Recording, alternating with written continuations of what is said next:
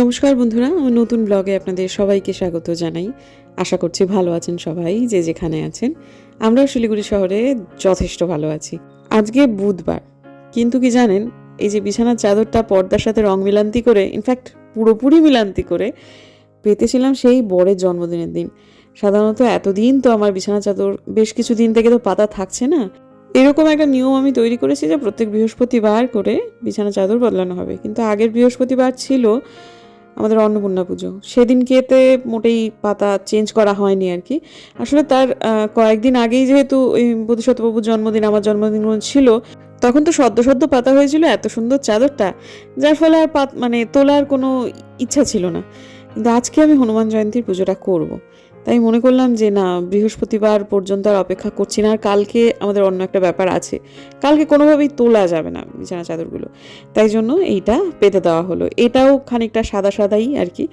সময়ের সঙ্গে সঙ্গে না মানুষের স্বাদ তো অনেক বদলে যায়, সব কিছুরই টেস্ট বদলে যায়। সেরকমই হালফিলের দিনে আমার মনে হয় যে সাদা রঙের বিছানার চাদরই সব থেকে সুন্দর। যদিও আমার বিছানা চাদর কেনার একটা বিশাল শখ আছে, এখনও পর্যন্ত সেটা আছে। তারপর বিভিন্ন রঙের চাদর আমার কাছে আছে, সেগুলো যেন আজকাল আর খুব একটা পাততে ইচ্ছে করে না। মনে হয় যে যত চোখটা চলে যায় ওই সাদার দিকেই। যদিও সেটা হয়তো বা অন্যান্য ঘরগুলোতে আমি রঙিন চাদর পেতে নেব, কিন্তু আমার নিজের বেডরুমের জন্য কেন জানি না আমার এখন সাদাটাই বেশি পছন্দ হয়। তো যাই হোক, টুপুরেরও একটা মতামত আছে, দেখি যেদিন টুপুর বলবে যে না আমার বিছানায় রঙিন চাদর পাতো, সেদিন পেতে দেবো। কিন্তু আমাদের বিছানাটা তো সাদাই থাকুক। আবার যে কোনো দিন আমার মানে পছন্দ বদলে যেতে পারে, তখন আবার এমন হয়তো হবে শুধু হলুদই পছন্দ হচ্ছে। তো যাই হোক, আজকে যেমন এই খাটটাতে আমি এই সাদা সাদা ব্যাপারটা তুলে দেব, দিয়ে আমি একটা রঙিন চাদর পাতবো। তো ট্রলি বার করছি আজকে ডিভান থেকে। প্রত্যেকটা 3টে ডিভানই আজকে আমাকে খুলতে হয়েছে বিভিন্ন কারণে। এই ডিভানটা যেমন খুলতে হলো কারণ ট্রলিটার ভেতরে ছিল। খুব অসুবিধা হচ্ছে, পায়ে খুব ব্যথা হয়েছে বন্ধুরা, জানেন তো। আজকে যে যখন টেনে তুললাম খুব কষ্ট হচ্ছিল। সাধারণ কাজ করতে গিয়েই আজকে মানে এখন বেশ অসুবিধায় পড়ছি। আগের দিনে ওই ওপরে যে মোটা যে র্যাকটা, গাছের র্যাকটা, সেটা আমি আর মামুনি মিলে তুলে এনেছি। তো ওইটা করতে গিয়েই সম্ভবত আমার হাঁটুতে খুব চোট লেগেছে। শুধু হাঁটুতে নয়, বাঁ পায়ের গোড়ালিতে, তাছাড়া কাপ মাসেলে, এইগুলোতে বেশ ব্যথা হয়েছে। আমি অন্য কোনো কারণ খুঁজে পাচ্ছি না আর কি। তো যাই হোক, এই যে বিছানার চাদরটা দেখছেন, এটা ইউটিউবে আমার এক সহকর্মী তথা এক বোনের কাছ থেকে আমি কিনেছিলাম। আমাদের খাটে চাদরটা ভালো লাগে, তবে একটু ছোট হয়। তো এই খাটটা তো একেবারেই সেজন্য ঠিকঠাক। আর চাদর পাতার পর ভালো লাগছে না তা না, ভালোই লাগছে। আগে তো খুবই ভালো লাগতো এই চাদরটা, আমার এখনও লাগে, কিন্তু সাদাটা যেন বেশি ভালো লাগে। আর 2 নম্বর ডিভান খুলেছিলাম, আমাদের ঘরের এই ডিভানটা খুলেছিলাম। সেটা থেকে বার করলাম হচ্ছে জ্যাকেট। বাপরে বাপ, একেবারে কি যে অবস্থা, মনে হচ্ছে যে আজকের দিনটাতেই পাটা এত ব্যথা করতে হলো। তার উপর আবার একখানা চিত্তির হয়েছে, বুঝলেন তো। আমাদের আলপনা দিয়ে আজকে আসেনি, কাজেই আমার হেল্পিং হ্যান্ড হচ্ছে আমার বেটি। মামুনি একা বেচারি কত দিকে আর সামলাবে বলুন। বেশ অনেকক্ষণ পরের ভিডিও হচ্ছে এইটা। আমার শ্বশুরমশাইকে খেতে দিতে যাচ্ছি, এখন বাজে ওই 1:05 মতো। এই সময়টায় সমস্ত কিছু মানে আমার যেটুকু করণীয় কাজ আর কি, সেটুকু হয়ে গেছে। এবার বাবাকে তাড়াতাড়ি করে খেতে দিয়ে নিই। রান্নাবান্না যা হয়েছে সে তো মিনামাসিই করেছে। আজকে আলুর দম হয়েছে, পনিরের তরকারি, ডাল, মাছ, এই তো হয়েছে। আর দেখলাম ছোট ছোট কয়েকটা বাটিতে ওই সেগুলো সব গেল কালে জিনিস একটু একটু করে বেঁচেছিল, সেগুলো সব গরম করে রেখেছে। আজকে হনুমান জয়ন্তী পুজোর জন্য আমি আর টুপুর কিন্তু নিরামিষ খাচ্ছি, কিন্তু আমার শ্বশুরমশাই নিরামিষ খাবেন না, বুম্বাদাও খাবে না। কাজেই ওদের দুজনের জন্যই আজকে মূলত মাছ হয়েছে। নমস্কার বন্ধুরা, নতুন ব্লগে আপনাদের সবাইকে স্বাগত জানাই। আশা করছি ভালো আছেন, যে যেখানে আছেন। আমরাও শিলিগুড়ি শহরে ভালোই আছি। আমাদের কালকে একটা জায়গায় বেড়াতে যাওয়ার কথা, এবং সমস্ত প্ল্যান এদিক ওদিক সেদিক হয়ে গেছে, কারণ আমাদের আলপনাদি অসুস্থ হয়ে পড়েছে। শ্বশুরমশাইকে তো রেখে যাওয়া, তো কারণ যাচ্ছি পাহাড়ে, আর আমার শ্বশুরমশাইয়ের ভীষণ ভীষণ সমস্যা হয় পাহাড়ে। যখন ওনার মানে বয়স অল্প ছিল তখনও সেটা ছিল। তো সেই ধারাটাই বোধিসত্ত্ববাবুও পেয়েছিলেন, টুকুরও পেয়েছে। তো বোধিসত্ত্ববাবু এখন প্রত্যেক দিন যাতায়াতে, তার এখন আর সেটা নেই, কিন্তু টুকুরেরও সমস্যা হয়। তো আমাদের এই ডেটটা অনেক দিন আগে থেকেই ঠিক ছিল, কিন্তু জায়গাটা নিয়ে আমরা এক রকমের ভেবেছিলাম যে আমরা এই জায়গায় যাব। কিন্তু তারপরে তো বিক্রমের সাথে কালকে কথা হওয়ার পর জায়গাগুলো, হ্যাঁ যেটা আমরা ভেবেছিলাম সেটা তো হবেই, প্রায় একই খরচে আরও একটু বৃহত্তর জায়গা বা আরও সুন্দর একটা জায়গাতে আমরা হয়তো বা চলে যাব। দূরত্বটা বেশ অনেকটাই, কিন্তু তবু ঠিক আছে, মানে শিলিগুড়ি থেকে ধরনের যাতায়াত করাই যায় আর কি। আমাদের প্ল্যানটা মেনলি বিক্রমই করে দিয়েছে। আমরা যোগাযোগের সাথে আগেও করেছিলাম, কিন্তু ও তো এত ব্যস্ত থাকে, তো ওই ঠান্ডা মাথায় প্ল্যানটা করা হয়ে উঠছিল না ওর। তো কালকে ও যখন আমাদের সাথে কথা বললো, আমার সাথে বোম্বাদার সাথে রাতের দিকটা যখন ও কথা বললো, তখন প্ল্যানটা একটু এদিক ওদিক হলো, কিন্তু খরচাটা খুব একটা বেড়েছে তা না। কিন্তু আমার হাজব্যান্ড বললো, দেখো সময় নেই বেশি, তুমি পারলে এই সময়টা আমাদেরকে তাড়াতাড়ি বুকিংগুলো করে দাও এবং সমস্ত কিছু ব্যবস্থাটা করে দাও।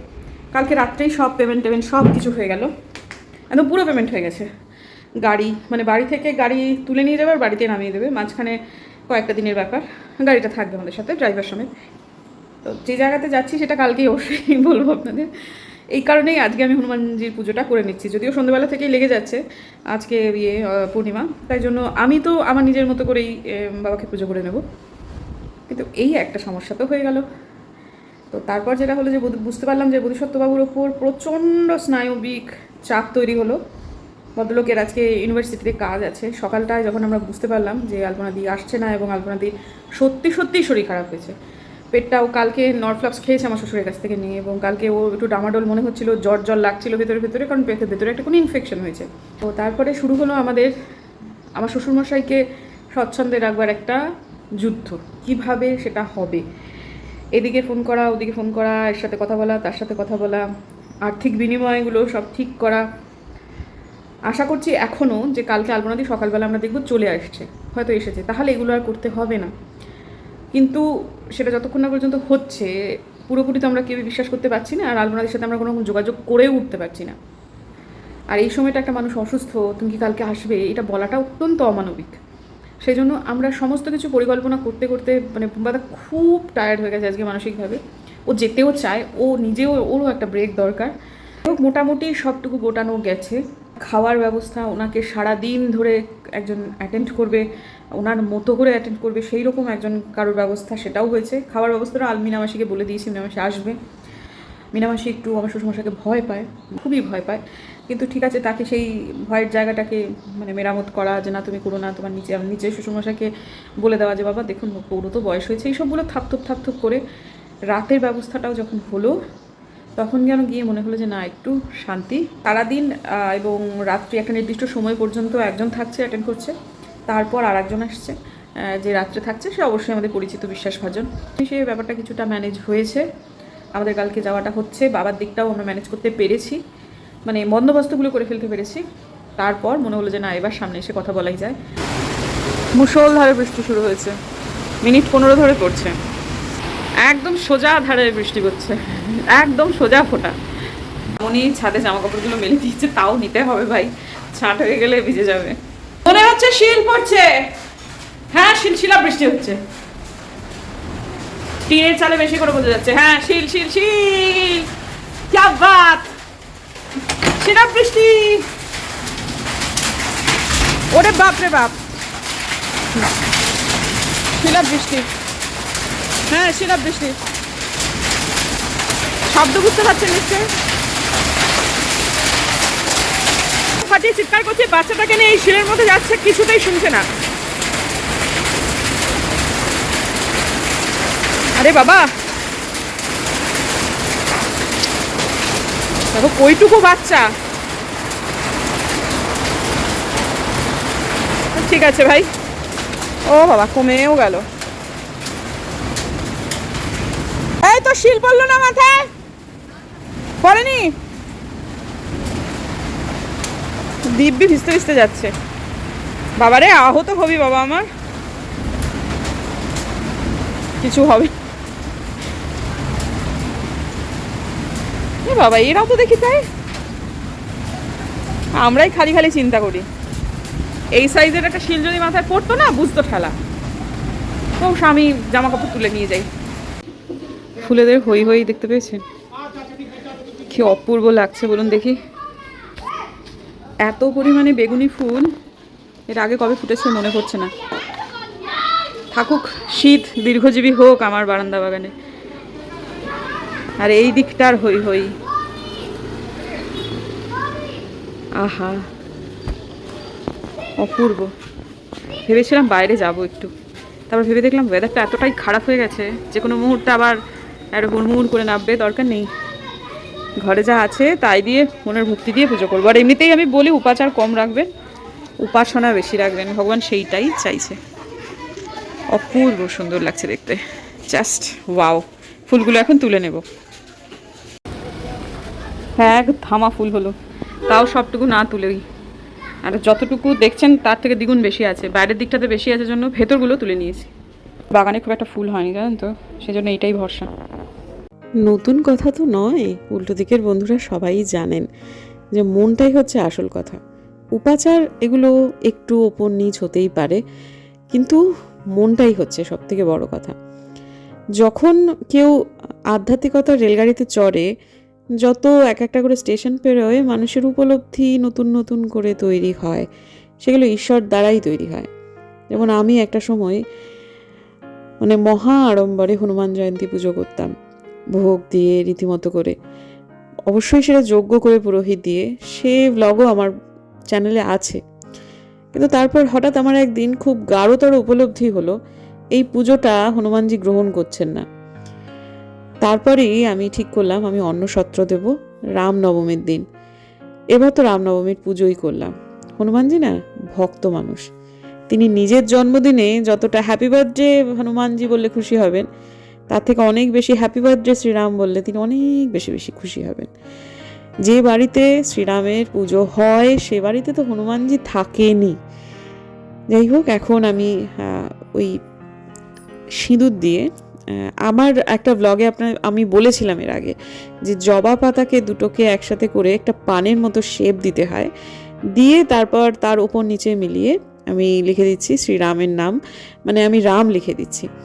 তার ওপরে আমি যদি পান বাড়িতে না থাকে তাহলে এটাকে অনায়াসে ব্যবহার করা যায়। ইনফ্যাক্ট জবা পাতার কিন্তু একটা আলাদা রকমের মাহাত্ম্য আছে হনুমানজির পুজোয়, খুব কম লোকে কিন্তু সেটা জানেন। ঘটের ওপর এটা দিলাম, কিন্তু আমার পল্লবটা হচ্ছে পেতলের এবং সেটা এতটা ছোট যে পাতাগুলো অবশ্য অনেকটাই বড়, সেটা ঢাকা পড়ে গেছে। তো তার উপরে এই যে ঘরটা সেটা মানে সরি ডাবটা সেটাও তো পেতলের, তো দিয়ে দিলাম, নিজের মতো করে ভক্তিভরে পুজো করলাম। আর জবা গাছের কিন্তু মাহাত্ম্য কেবলমাত্র ফুলেতে নয় বন্ধুরা, জবা গাছ নিজে আধ্যাত্মিকভাবে খুব মান্যতা প্রাপ্ত গাছ, কিন্তু সেটা খুব একটা মানে এই ব্যাপারটা ইনফরমেশনটা সবার কাছে জানা নেই আর কি। তো আমি ব্লিঙ্কিট করেছিলাম হচ্ছে পানে, তো সেই পান দিয়ে ওপরে রাম লিখবো এবং তার ওপর দিয়ে দিয়ে দেবো হচ্ছে এই প্রদীপটা। এইগুলো কোনোটাই আমার নিজের ইচ্ছা মতো করা নিয়ম নয়, এগুলো আমি জেনেই করছি। বিভিন্ন সময় বিভিন্ন পণ্ডিত মানুষের সাথে আমার সান্নিধ্য এসেছে, অবশ্যই বেশিরভাগটাই কিছুটা আমার স্বর্ণের জন্য, ইনফ্যাক্ট অনেকটাই স্বর্ণ মানে আমার যে বন্ধু তার জন্য, মানে তার সৌজন্যে, আর কিছু আমার চ্যানেলের সৌজন্যে।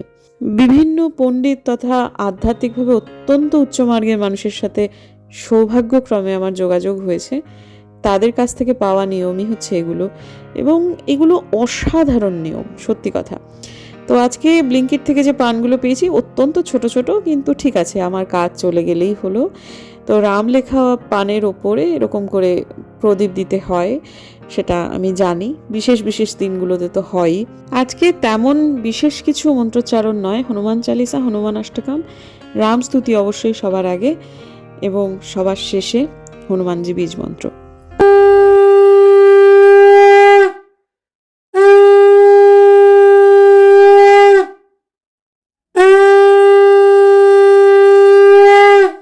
আমার যে সাবস্ক্রাইবার বোন কালকে দেখা করতে এসেছিল, ও আমাকে একটা প্রদীপ দিয়েছে। প্রদীপটা এত ভালো কি বলবো। আমি যখন রাত্রি 11:30টার সময় ঠাকুর ঘরে গিয়েছিলাম প্রণাম করতে, প্রদীপটা তখনও জ্বলছে। প্রসঙ্গে একটা কথা বলি বন্ধুরা, জবা গাছের প্রসঙ্গটা যখন এলো, আপনারা অনেকেই হয়তো বা জানেন বা অনেকে হয়তো বা জানেন না, সেটা হচ্ছে যে বাড়িতে নেগেটিভ এনার্জি থাকে, সাদা যে একদম ধবধবে সাদা যে পাপড়িওয়ালা জবাটা হয় না, সেই গাছটা বাঁচে না। যদি কেউ নিজেদের বাড়িতে একদম 5 পাপড়ি সে সাদা জবাটা লাগান এবং সেটা যদি দেখেন যে বারবার মরে যাচ্ছে কোনো কারণ ছাড়া, তাহলে বুঝবেন একটু গন্ডগোল আছে, সারাই করতে হবে আপনাদের বাড়িতে। পুজো আচ্ছা এই সমস্ত কিছু বেশ কিছু জিনিসপত্র করে বাড়ির বাস্তুটাকে নেগেটিভ এনার্জি মুক্ত করতে হবে। তারপর দেখবেন ওই ধরনের জবাটা অনায়াসে ফুটছে। অন্য কোনো জবার ক্ষেত্রে এই সমস্যাটা হয় না, কিন্তু ধবধবে সাদার যে 5 পাপড়ির জবা, সে আপনি হিন্দু হন বা মুসলিম হন, কিছুই হন, কিন্তু সেটা কিন্তু আপনার বাঁচবে না ঘরেতে। জবা গাছের আধ্যাত্মিক মাহাত্ম্য প্রচুর, জবা ফুলের যেমন গাছেরও তেমন। যাই হোক, টুপুর এখন গেল হচ্ছে যোগ ব্যায়াম ক্লাসে ভর্তি করে দিয়ে এসছি, গেল দিন ওকে সেইখানে, আদিত্য নিয়ে গেল। তো তারপরও ফেরত আসুক, তারপর আমাদের প্যাকিং স্টার্ট হবে। জয় সিয়ারাম, জয় সিয়ারাম, জয় জয় সিয়ারাম। এই যে দেখুন, এই হচ্ছে কালকে আমাদের যাত্রাপথের সাথী, পুরোটাই সাথী আর কি। যদিও এর মধ্যে পুরোটা নেই, কিন্তু বোধিসত্ত্ব ওর একটা বিশাল বড় ব্যাগ আছে, সেটা ওখানে। আর এই যে এইটি নতুন অ্যাড হলো এই কয়েকদিনের জন্য, এত খাবার দাবার নেওয়া হলো, কারণ তো ভালো হোটেল, এত কিছু এখান থেকে ওরা জানিয়ে দিল গ্যাসের ক্রাইসিস, অনেকগুলো ফুড আইটেম ওরা সার্ভ করতে পারবে না, সেটা আগে থেকেই জানিয়ে দিয়েছে। এবং বড় হোটেলগুলোতে তাও যা হোক কিছু জোগাড় আছে, মানে আমি যেটা জানতে পারলাম আমরা, ছোট যেগুলো মানে বেড়াতে গিয়ে রাস্তার ধারে, সেগুলোর অবস্থা আরও খারাপ। তাই জন্য খাবারের একটা অসুবিধা তো হতেই পারে, সেই বন্দোবস্ত আমরা কিছুটা হলেও করে নিয়ে যাচ্ছি। কাপ্পা নুডলস যেগুলো আর কি লাগে, কয়েকটা নিয়ে যাচ্ছি। আর আরও শুধু ওই না, আরও টুকিটাকি এটা ওটা, বুম্বাদের জন্য কয়েকটা বিস্কিট, আমাদের জন্য বিস্কিট, এইসব টুকটাক যা হয়ে থাকে, টুকুরের চিপস, সব মিলিয়ে অতগুলো হয়ে গেল। তা আমাদের যেহেতু বাড়ির সামনে থেকেই নিয়ে যাবে এবং এই গাড়ি যেহেতু থাকবে, তেমন অসুবিধা কিছু হবে না। এমন নয় যে 10 মিনিট দেরি হলে আমাদের ফ্লাইট উড়ে যাবে বা ট্রেন ছেড়ে যাবে, তা না। কিন্তু তবুও মানে যেখানে যাচ্ছি, সিকিম বলেই দিলাম, সিকিমের কোনো একটা জায়গা, পশ্চিমবঙ্গের এই কালিম্পং, দার্জিলিং, এই সমস্তগুলো একরকম, আর সিকিমের রাস্তাঘাট না ভীষণ অসুবিধাজনক আর কি। আজকেও যেমন আজকাল দুর্ঘটনা হয়েই থাকে। আশা করছি আমাদের সাথে সেরকম কিছু হবে না, কিন্তু যাত্রাপথটা অনেকটা দীর্ঘ। এটা এখনো ব্যা করে বমি করে, এই যে এই মেয়েটা। রাত হয়েছে, সমস্ত কাজকর্ম তো গুটিয়ে ফেলেছি। এরপরে আমি পোশাকটি ছাড়বো, ছেড়ে নিদ্রা যাব। তার আগে একটা জিনিস হয়েছে, সেটা হচ্ছে কালকে আমি ওই যে র্যাকটা টানতে গিয়ে আমার পায়ে খুব ব্যথা লেগেছে। তখন বুঝতে পারিনি, কিন্তু সেইটার জের আমার এখনও চলছে। আমি পা মুড়ে বসতে পারছি না, বসলে উঠতে পারছি না, ঠিকঠাক কাজ করে উঠতে পারছি না। মেয়ে যখন আমার যোগব্যায়াম ক্লাসে গেল, যোগা ম্যাট যেটা, সেটা ছিল ডিভানের ভেতর, ডিভানটা খুলতে গিয়ে একবার প্রাণ বেরিয়ে যাচ্ছে। নর্মাল দিনে যে কাজগুলো চোখের নিমেষে করে ফেলি, তার মধ্যে আজকে যে কতবার ডিভান খোলা। এক ডিভানে ছিল ট্রলি, সেটা খোলা হলো। আর এক ডিভানে ছিল হচ্ছে ওই শীতের ওই জ্যাকেট ফ্যাকেটগুলো, সেগুলো খোলা হলো। আবার ডিভানে যোগা ম্যাট, মানে ওপরে যে 3টে ডিভানই আজকে পর্যায়ক্রমে খোলা হলো। পর্যায়ক্রমে ততবারই রিয়েলাইজ করলাম যে বাবা, আমার একেবারে অবস্থা খুব খারাপ। তো শরীরটা যখন ঠিকঠাক থাকে তখন তো আমরা এটার কদর করি না, যখন সেটা খারাপ হয় তখন বুঝতে পারি যে বাবা, প্রত্যেকটা অঙ্গ প্রত্যঙ্গের কত গুরুত্ব।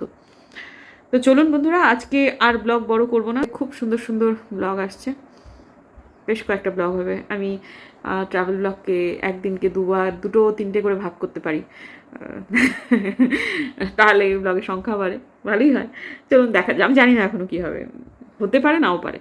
তো চলুন, আপাতত দেখা হচ্ছে কালকের নতুন ব্লগে। যদি আমার ভিডিও ভালো লাগে, সাবস্ক্রাইব করবেন, পাশে নোটিফিকেশন বেলটা অন করবেন, যাতে ভিডিও দিলেই নোটিফিকেশন চলে যায় আপনাদের কাছে। দেখা হচ্ছে আগামীকাল, ততক্ষণে